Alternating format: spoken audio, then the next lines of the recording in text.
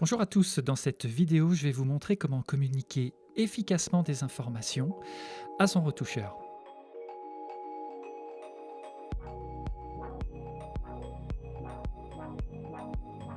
Lors d'une prise de vue avec un photographe, par exemple une prise de vue publicitaire, de nombreuses informations peuvent être concentrées au moment de la prise de vue. Des informations de cadrage, des informations de retouche peuvent circuler entre le photographe, l'opérateur numérique et l'équipe de direction artistique, voire le client. Toutes ces informations, l'opérateur numérique va devoir les transférer au retoucheur et, dans la mesure du possible, sans perdre d'informations. C'est pourquoi Capture One a développé certains outils que je vais vous montrer maintenant qui vont vous permettre de faciliter cette communication. La première chose généralement que l'on fait sur une prise de vue, c'est de déterminer le cadrage de l'image. Vous voyez qu'ici, j'ai une photo assez large d'un produit qui a été réalisé. Cette photo, on va pouvoir la perfectionner tout simplement en utilisant un outil qui est disponible dans l'onglet ici, Capture. Et c'est ce qu'on appelle l'outil superposition, qui va nous permettre de monter au moment de la prise de vue la maquette de notre publicité. Pour ça, il va tout simplement falloir aller dans l'onglet Fichier ici, choisir un fichier et aller rechercher un fichier maquette qui aura été enregistré au format PNG. Il est important de l'enregistrer au format PNG pour respecter la transparence. Une fois que ce document est placé sur l'image, vous voyez que j'ai la possibilité de l'afficher ou de le désafficher et surtout de le positionner en fonction d'une échelle et d'un alignement horizontal ou vertical. Donc ça, c'est vraiment un outil indispensable au moment d'une prise de vue, puisqu'il va nous permettre effectivement de valider un cadrage et d'être sûr d'avoir toute la matière, comme ça le retoucheur n'aura pas besoin a posteriori d'en recréer. Vous voyez qu'ici, je vais prendre quelque chose d'arbitraire, comme ça, et en fait, à chaque fois que je vais basculer sur une autre image, ce cadrage sera appliqué. Si j'avais besoin de respecter en plus un cadrage ou un format de cadrage, je pourrais choisir une homothétie au niveau de mon cadrage et puis demander à cette maquette de suivre, vous voyez, comme c'est le cas ici, le recadrage, ce qui me permettra, en cas de désaxement, ça ce serait plutôt utile pour une prise de vue avec un mannequin qui se déplacerait, de positionner à chaque fois mon outil et vérifier surtout que mon objet est bien positionné pour la mise en page.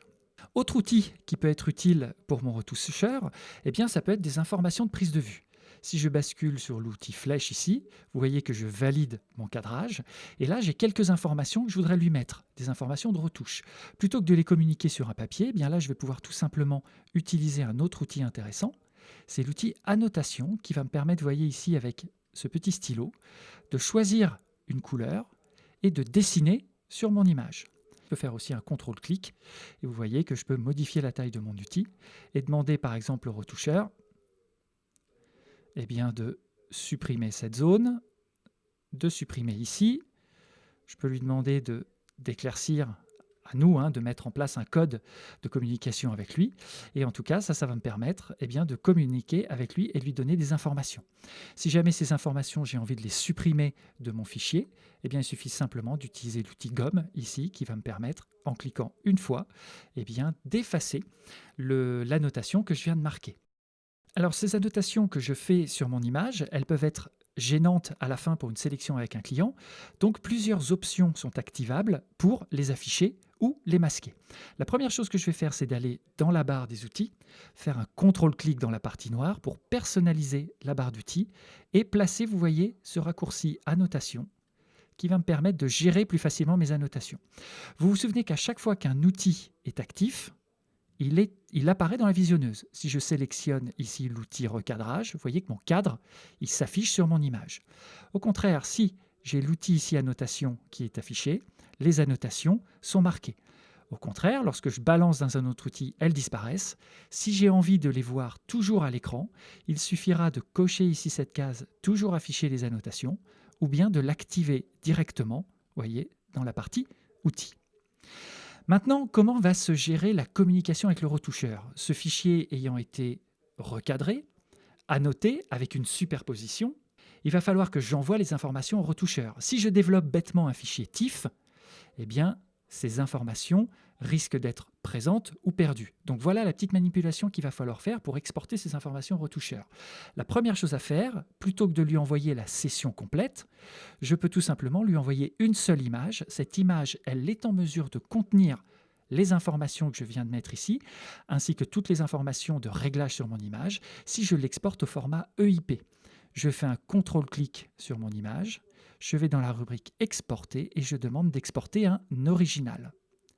À ce moment-là, j'ai un fichier, une petite fenêtre d'exportation qui apparaît, mais vous voyez surtout que cette fenêtre est assez simplifiée, tout simplement parce que comme j'exporte un original, je vais créer un duplicata de cet original sur mon bureau et je vais avoir la possibilité de le compresser en EIP, c'est-à-dire d'exporter un fichier et ses annotations. Vous voyez qu'ici, sur le bureau, j'ai bien exporté un fichier EIP, et ce fichier, eh bien, il contient toutes les informations de ma prise de vue ainsi que le document original.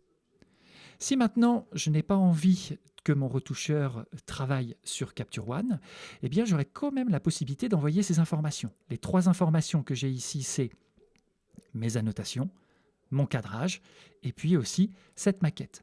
Eh bien ça, je pourrais choisir au moment de l'export, dans cet onglet, de créer un nouveau format d'export, que je vais appeler retoucheur.